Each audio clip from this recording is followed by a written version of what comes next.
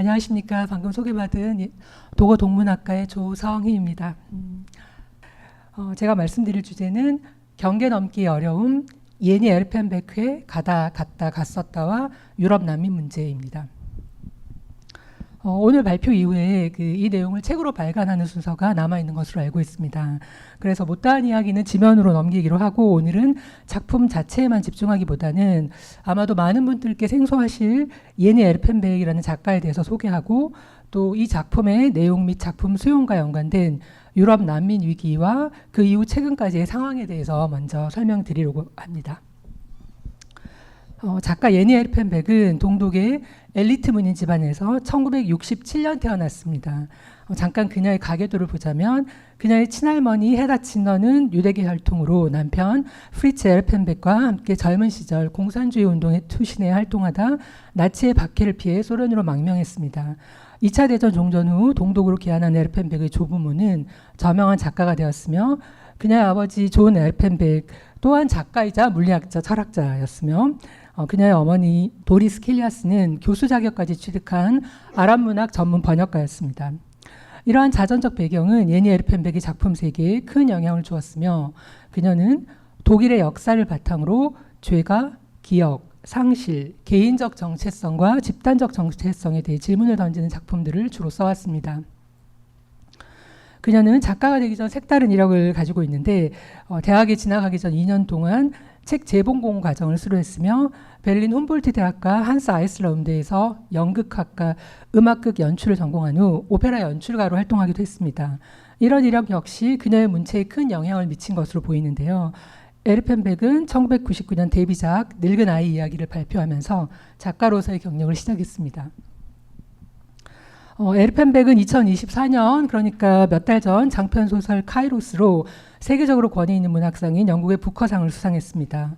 영어로 번역된 외국 소설을 대상으로 한 인터내셔널 부커상은 작가와 번역자에게 공동으로 수여되는데 예니 에르펜베크와 미하엘 호프만이 함께 이 상을 수상한 것처럼 2016년에는 한강과 번역자 데보라 스미스가 채식주의자로 이 상의 전신인 맨 부커상을 수상했습니다. 지난주 우리는 한강 작가의 노벨 문학상 수상이라는 기쁜 소식을 들었는데요. 예니 에르펜베크도 영미권 언론에서는 유력한 노벨 문학상 후보로 거론될 만큼 현재 가장 주목받는 독일 작가 중 한 명입니다. 영미권의 뜨거운 반응에 비해 정작 독일에서는 이 정도로 호응을 받지는 못하는 분위기인데요. 부커상 수상작인 카이로스가 프랑크푸르트와 라이프치히 두 도시에서 각각 열리는 도서전에 두 개의 독일 도서상 후보작에도 들지 못한 것을 두고 어떤 비평가는 심사위원단에 구동독 출신이 없었기 때문이 아닌가라고 그렇게 짐작하기도 했습니다. 그녀가 동독의 엘리트 집안 출신인 것을 불편해하는 독자들도 상당수 있는 것으로 보입니다. 현재 이 부커상은 여러 번 이름을 바꿨는데 2015년에 에르펜베크는 모든 저녁이 저물 때로 이 상의 전신인 인디펜던트 외국 소설상을 수상한 바 있습니다. 이듬해 맨 부커상으로 이름이 바뀐 직후에 한강 작가가 이 상을 수상했고요. 이름이 무엇이든 에르펜베크는 총 5번이나 부커상 후보로 올라 독일 작가 중 가장 자주 이 상의 후보로 지명된 이력을 갖게 되었습니다. 앞서 카이로스가 독일 도서상 후보에도 오르지 못했다고 말씀드렸습니다만 에르펜베크는 물론 독일 국내에서도 여러 문학상을 수상했습니다. 그녀의 소설 그곳에 집이 있었을까와 가다 갔다 갔었다는 여러 연방주에서 아비투어 필독 도서 또는 권장 도서로 선정되기도 했습니다. 독일에서는 우리 수능에 해당되는 아비투어조차도 일원화되어 있지 않고 각 주별로 치르기 때문에 전국 단위로 선정된 것은 아니고 일부 연방주에서 채택이 된 것입니다. 에르펜베크는 사실 한국도 다녀간 바가 있는데요. 2021년 제5회 이호철 통일로 문학상 본상 수상차 한국에 왔었고 그때 문학상 자료집에 실린 작가 소개를 같이 한번 보겠습니다. 무엇보다도 에르펜베크 문학이 갖는 강점은 그녀가 동독 출신으로서 사회주의와 자본주의라는 두 체제에 대한 경험에서 비롯된 비판적 균형 감각에 있다. 그녀는 동독의 현실 사회주의의 문제를 잘 알고 있을 뿐만 아니라 서구 자본주의의 한계도 비판할 수 있는 이중의 시각을 지니고 있다는 점에서 서독 출신 작가들의 문제의식과 차별된다. 사회주의와 자본주의라는 두 겹의 삶을 통해 빚어진 이중의 시각은 분단에서 통일로 이어지는 독일의 역사가 에르펜베르크에게 수여한 훈장이다. 작가가 한국을 방문했을 당시 서울대 독일어 문화권 연구소에서 낭독회를 개최해서 우리 학교에도 왔었습니다. 그때 직접 만나서 대화를 할 이제 기회를 가졌었는데 저는 이 수상 당시 그 수상 그 시상식 장면을 유튜브로 생중계를 했었는데 그때 하는 이야기와 이 낭독회 때 작가가 하는 이야기를 직접 듣고 이 작가에게 굉장히 큰 호감과 매력을 느끼게 됐습니다. 본 발표에서 소개하고자 하는 소설 가다 갔다 갔었다는 난민 문제라는 지필 당시의 사회 현실과 대결하고 있다는 점에서 전작들과 차별성을 가지는 한편 독일인 주인공과 그의 난민 친구들의 기억과 정체성의 문제를 다루고 있다는 점에서는 작가의 작품 세계 내에서 연속성을 보여준다고 할 수 있습니다.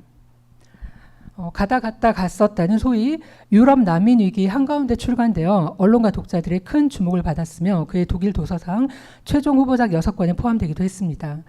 구체적으로 보자면 이 책은 2015년 여름 수년째 지속된 내전으로 수많은 시리아 난민들이 고향을 떠나 유럽으로 향했던 시기 앙겔라 메르켈 총리가 Wir schaffen das, 우리는 해낼 수 있습니다라는 그 유명한 말로 난민 수용을 결정을 발표한 바로 그 무렵에 발간되었습니다.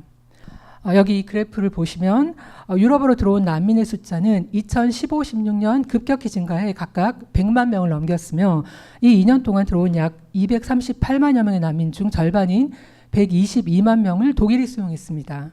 여기에다 최근에는 우크라이나 난민 110만여 명까지 받아들인 상태입니다. 유럽으로 유입되는 난민의 수는 2015년에 정점을 찍고 줄어드는가 싶었으나 몇 년 전부터 다시 증가 추세에 있으며 2023년에는 또다시 100만 명을 넘겼습니다.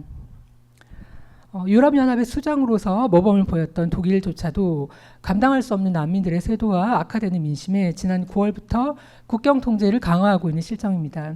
독일 정부는 유럽연합의 새로운 망명 시스템이 정착될 때까지 6개월간의 한시적인 조치라고 설명했으나 이제 독일로 입국하려는 사람은 국경 검문에 응해야 하며 쉔겐 협약에 따른 유럽 내 자유로운 통행은 불가능하게 되었습니다. 그동안 지도상에만 존재했던 경계, 즉 유럽 내 많은 나라의 국경이 시민들의 일상에서 가시화되게 되었습니다. 독일의 이런 조치는 한계에 다다른 시스템과 시민들의 민심 때문이기도 한데요. 올해 9월에 치러진 옛 동독 지역 3곳의 주의 선거에서는 반이민 정서를 대변하는 극우 정당인 독일을 위한 대안 AfD가 30% 내외의 지지를 받아 1, 2위를 차지했습니다. 이런 결과에는 선거 직전 일어난 테러 사건도 영향을 미쳤는데 졸링엔이라는 도시의 축제에서 난민 임시 보호소에 수용 중이던 한 시리아 출신 청년이 칼을 휘둘러서 3명이 숨지고 8명이 중상을 입는 창극이 일어났습니다. 보시다시피 여기 튀링헨주에서는 독일을 위한 대안이 1위를 차지했고 그 바로 옆에 있는 작센주에서는 1.3%라는 근소한 차이로 2위를, 그리고 브란덴부르크에서도 1.7% 차이로 2위를 할 정도로 난민을 달가워하지 않는 독일인의 숫자는 늘어나고 있는 추세입니다. 그럼 이제 본격적으로 작품 이야기를 해보겠습니다. 이 소설이 2015년 여름에 출간되었다는 사실은 이 작품이 2015, 16년에 유럽 난민 위기를 소재로 하고 있지는 않다는 것을 말해줍니다. 소설은 그보다 몇 년 전 아프리카에서 온 난민들이 자유로운 이동과 노동 허가를 요구하며 수도 베를린의 오라니엔 광장을 점령했던 실제 사건을 소재로 하고 있습니다. 당시 작가는 많은 난민들과 인터뷰를 하고 소설 속 주인공처럼 실제로 다방면으로 그들을 도왔다고 알려져 있습니다. 소설은 정년퇴임한 교수 리하르트가 난민들의 시위에 주목하게 되고 그들을 인터뷰하면서 그들과 친구가 되는 과정을 그리고 있습니다. 주인공 리하르트가 난민에게 관심을 갖게 된 이유는 바로 그들이 시간적 경계, 즉 과도기에 처해 있다는 공통점을 가지고 있기 때문입니다. 리하르트는 5년 전에 아내를 잃고 교회의 호숫가 저택에서 혼자 살고 있으며 베를린 훔볼트 대학의 고전학 교수직에서 이제 막 정년 퇴임했습니다. 맨 처음 리하르트는 난민들을 보고도 그들을 인지하지 못합니다. 교수직에서 물러나 갑자기 시간적 여유가 생긴 리하르트는 TV와 신문 뉴스를 열심히 보게 되는데 어느 날 저녁 TV 화면에서 단식 농성 중이던 아프리카 난민들 중 한 명이 쓰러져 이송되는 장면을 봅니다. 그는 낮에 친구를 만나기 위해 시내로 나가 분명히 시위가 벌어지던 광장을 지나쳤습니다. 서술자는 문장을 살짝 변형하기는 하지만 여기 가운데 있는 문장입니다. 같은 질문을 3번이나 던집니다. We become visible. 왜 리하르트는 알렉산더 광장의 그 남자들을 보지 못했는가? We become visible은 난민들이 판지에 적어놓은 그들의 시위 구호입니다. 이 에피소드를 통해 작가는 난민이라는 존재의 비가시성을 효과적으로 보여주고 있습니다. 물론 2015년 난민 위기 이후 독일의 상황은 바뀌었습니다만 일반적으로 난민이라는 존재는 그들이 도달하고자 하는 목적지 사회에서 비가시적인 존재라고 할 수 있을 것입니다. 그날 이후 난민들이 점거하고 있는 폐교와 오라니엔 광장을 방문하고 집으로 돌아온 리하르트는 난민을 돕는 백인 여성이 했던 말, 즉 아무것도 하지 않는 것이 너무 힘들어지면 우리는 데모를 해요. 데모를 조직해요. 이 말을 떠올리며 문득 깨닫게 됩니다. 난민들이 자신의 관심을 끈 이유가 무엇인지. 시간이란 원래 무엇인지에 대해서는 필시 시간에서 떨어져 나온 이들과 가장 잘 얘기할 수 있을 것이다. 또는 이를테면 시간 속으로 들어가 갇혀버린 이들과 가득 채워지고 일목요연한 일상으로부터 사방으로 열려있는 소위 외풍이 되는 난민 생활의 일상으로 넘어가는 과도기를 알아보기 위해서 그는 알아야 한다. 무엇이 처음에 있었는지, 무엇이 가운데에 있었는지, 그리고 지금은 무엇이 있는지. 한 사람의 전자의 삶이 같은 사람의 후자의 삶과 경계를 이루는 그곳에서 주의 깊게 바라보면 원래 아무것도 아닌 그 과도기가 가시화되어야 한다. 리하르트는 난민들의 이야기를 들으며 시간을 탐구하는 프로젝트를 진행하기로 합니다. 이 만남을 준비하는 과정은 학자인 그의 냉정하고 지적인 태도를 잘 보여주는데요. 그는 난민 캠프를 찾아가기 전 2주 동안 우선 연관 주제의 책을 몇 권 읽고 질문 목록을 작성합니다. 그는 난민들에 대한 연민이나 동정심, 도우려는 마음 때문이 아니라 호기심 때문에 그들을 만나고자 하지만 리하르트의 질문 목록은 매우 인간적입니다. 당신은 어디에서 성장했습니까? 모국어는 무엇인가요? 어떤 종교에 속하나요? 가족은 몇 명이었나요? 당신이 성장한 집은 어떻게 생겼나요? 당신의 부모님은 어떻게 서로 알게 되었습니까? 텔레비전이 있었나요? 당신은 어디에서 잤습니까? 먹을거리는 뭐가 있었나요? 당신이 유년기에 제일 좋아하던 숨을 곳은 어디였나요? 이 질문들은 지금 여기 유럽에서 보이지 않는 존재가 되어버린 난민들도 난민이 되기 이전에는 우리처럼 평범한 일상을 보내던 보통 사람이었음을 상기시킵니다. 출입국 간청의 질문지와 달리 리하르트의 질문 목록에는 이미 고유한 한 개인의 삶의 이력이 들어있습니다. 앞서 인용한 대목의 표현처럼 이 난민들도 한때는 가득 채워지고 일목요연한 일상을 누렸던 우리와 같은 사람들이라는 인식이 그들을 동등한 인간으로 대하는 첫걸음이 아닐까 싶습니다. 이러한 인식을 지니고 있는 리하르트는 나중에 난민들을 인터뷰하러 갔을 때 너무도 당연히 노크 후 상대방이 대답하거나 문을 열 때까지 기다리지만 난민 임시 숙소에서 그들을 관리하는 독일인 관리자들은 하나같이 노크 후 바로 문을 여는 태도를 보입니다.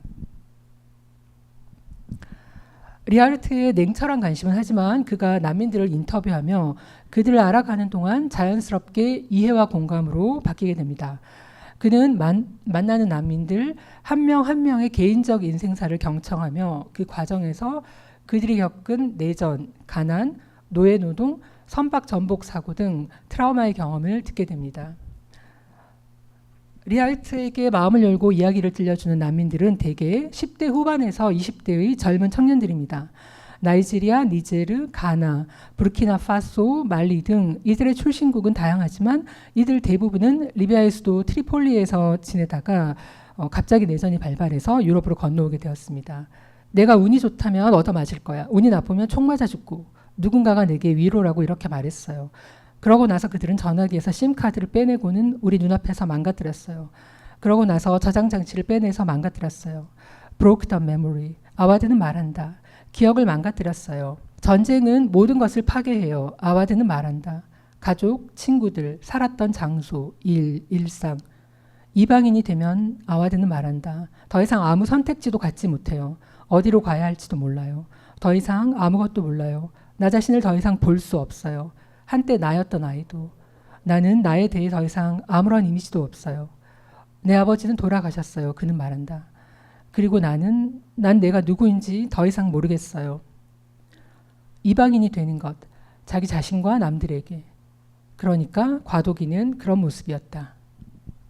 난민들이 죽을 고비를 넘기고 겨우 아프리카와 유럽의 경계를 넘는다 해도 유럽 땅에는 국경보다 더 견고한 법률이라는 경계가 그들을 가로막고 있습니다. 더블린 규정이 체류 허가, 임시적 체류 용인, 강제 송환 구금, 의제 증명, 망명 신청자 자격, 이탈리아의 무기한 체류 허가, 일리미타타 등 이 책에는 독일과 유럽의 난민 및 이주 관련 법률이 난민들에게 얼마나 높은 장애물인지가 생생하게 묘사됩니다. 그중 한 가지 예만 살펴보겠습니다. 리하르트는 이해한다. 더블린 이 규정으로 지중해 해안을 소유하지 않은 모든 유럽 국가는 지중해를 건너오는 난민들의 말을 경청하지 않아도 되는 권리를 구매했다는 것을. 소위 망명 사기꾼이란, 그러니까 진실한 이야기를 거기에 반응하는 건 말할 것도 없고 들어줄 필요조차 없는 곳에서 하는 누군가일 수도 있다. 그리고 새로운 지문 시스템으로 누가 이야기를 들어줘야 할 집단에, 그리고 누가 그렇지 않은 집단에 속하는지에 대한 오해가 곧 완전히 해소될 것이라고 한다. 더블린 협정은 유럽이 난민 위기를 겪으며 현재 더블린 규정 2, 3을 거쳐 4까지 계속 추가 변경되고 있는 중인데요. 그 핵심은 유럽연합에 들어오는 난민들이 최초로 입국한 EU 회원국에서 난민 등록을 해야 한다는 것입니다.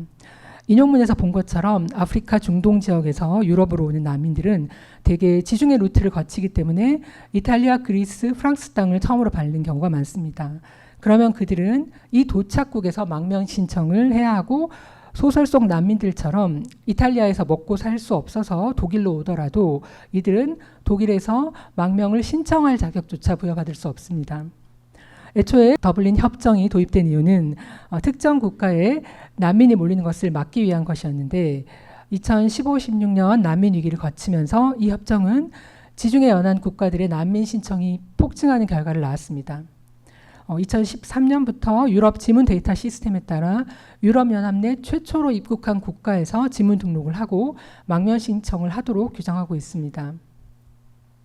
다시 말해서 만약 망명 신청자가 EU 영내 국가를 경유하여 타 회원국에서 망명 신청을 하면 최초의 도착 국가, 즉 지문 등록 회원국으로 송환된다는 뜻입니다. 이 인용문에서 제기된 문제, 즉 지중해 해안을 소유한 나라들만 과도한 부담을 지게 되는 상황을 개선하기 위해 유럽연합은 장장 4년의 논의 끝에 최근 새로운 난민 협정을 내놓았습니다. 이 협정에서 눈에 띄는 부분은 바로 의무적 연대 규정인데요. 회원국 중 일부에 과도한 부담이 발생할 때 다른 회원국이 일정 수의 난민을 나눠 받아들이도록 했습니다. 난민을 수용하지 않을 경우에는 본국으로 송환하는 대신 그 수에 따라 EU 공동기금에 난민 1인당 2만 유로 약 3천만 원을 내거나 난민을 거부하는 대가로 본국의 물품 지원이나 인프라 건설을 할 수 있도록 규정했습니다. 난민 문제에 관심을 갖게 된 리하르트는 학자답게 열심히 관련 책들을 찾아 읽고 오랜 친구들과 이 문제에 대해 대화를 나누며 자신과 조국의 과거를 돌아보며 성찰합니다. 그는 어머니가 틈만 나면 했던 이야기, 북새통인 기차역에서 엄마를 놓쳐 자신도 하마터면 고아가 될 뻔했던 사실, 자신의 부모도 슐레지엔 지방에서 독일로 온 난민이었다는 사실을 상기합니다. 난민 친구들이 겪은 실존의 고통을 접하면서 그는 자신이 누리는 현실을 사치로 느끼게 됩니다. 그리고 아프리카의 문제는 아프리카에서 해결하라는 식의 여론에 대해 리하르트는 그것이 아프리카 국가들이 자체적으로 해결하기 어려운 복잡한 문제라는 인식을 보여줍니다. 그들의 할아버지들과 아버지들, 할머니들과 어머니들의 공적은 말하자면 파괴였다. 자식들과 손자들이 새로 써야 했던 텅 빈 평면을 창출하는 것. 그러면 그들 자신 세대의 공적은 예컨대 리하르트가 방금 전에 이야기했던 이 3명의 아프리카 남자들보다 그들이 훨씬 더 잘 지내는 이유는 하지만 그들이 그렇게 잘 지낸 것이 그들 자신의 공적이 아니었다면 다른 한편으로 난민들이 그렇게 잘 지내지 못했던 것이 그들의 책임은 아니었다. 꼭 마찬가지로 반대로 될 수도 있는 일이다. 거긴 리하르트는 말한다. 그 사이에 식수는 오염되고 낙타는 사라지고 사람들은 왜인지도 모르고 암에 걸리지. 하지만 전기는 프랑스와 여기 우리 독일에서 흐른단 말이지. 이 마지막 인용문은 프랑스 국영기업 아레바에 대한 내용인데요. 세계에서 우라늄 생산량이 가장 많은 니제르에서 광산 독점권을 갖고 있는 아레바가 그곳에서 채굴한 우라늄으로 유럽에서 원자력 발전을 하는 상황, 즉 제국주의적 자본주의의 문제를 지적하고 있는 것입니다. 리하르트는 인터뷰한 난민들과 차츰 친구가 되어가면서 자신이 할 수 있는 방식으로 그들을 돕습니다. 경찰이나 변호사를 만나러 갈 때 동행해 주거나 용돈 발휘를 할 수 있도록 자기 집에서 정원 일을 도와달라고 부탁하고 집으로 불러 피아노를 가르쳐 주거나 옷을 선물하는 식으로요. 지독하게 가난한 집안의 장남으로 가족을 부양하기 위해 베를린시에서 받는 생활비의 대부분을 고향으로 송금하는 카론에게는 잔디깎기 카트를 살 돈, 자기가 잔디깎기를 살 돈 3,000유로로 가나의 고향에 농사지을 땅을 사주기도 합니다. 언뜻 들으면 굉장히 비현실적으로 들리지만 이 에피소드는 작가의 실제 경험담이라고 합니다. 작가는 냉담한 관찰자에서 친구로 변모하여 환대를 실천하는 주인공을 통해 독자의 성찰과 행동을 촉구하고 있습니다. 개별 심사를 받은 그의 난민 친구들 대부분은 결국 더블린 협정에 따라 이탈리아로 돌아가야 하는 상황이 되고 리하르트는 가까운 지인들에게 수소문하여 쫓겨난 난민들에게 잠자리를 찾아주고 자신의 집에 12명을 받아들여 함께 지냅니다. 리하르트가 오랜 친구들과 또 새로운 난민 친구들과 함께 아내가 죽은 후 5년 만에 처음으로 생일 파티를 하는 장면으로 소설은 끝납니다. 이 공동체는 궁극의 유토피아라기보다는 이들이 공동의 미래를 향해 나아가는 도정 한가운데 있는 정류장 같은 것이라 할 것입니다. 소설이 끝나갈 무렵 여백으로 가득 찬 빈 페이지 한가운데 질문 하나를 덩그러니 남겨놓음으로써 이 펼쳐진 책장의 양쪽에서 오로지 그 질문 하나를 반복함으로써 작가는 우리에게 묻습니다. 어디로 가야 할지 모를 때 사람은 어디로 가는가? 호미 바바가 이주 문제를 다룬 걸작으로 상찬한 바 있는 예니 에르펜백의 갔다 갔었다는 러시아 우크라이나 전쟁, 중동 이스라엘 전쟁, 급격한 기후변화 등으로 삶이 터전을 잃은 난민들이 늘어나고 있는 지금 우리에게 여러 가지 생각할 거리를 던져줍니다. 여러분들에게 그 생각할 거리를 던지면서 이것으로 마치겠습니다. 감사합니다.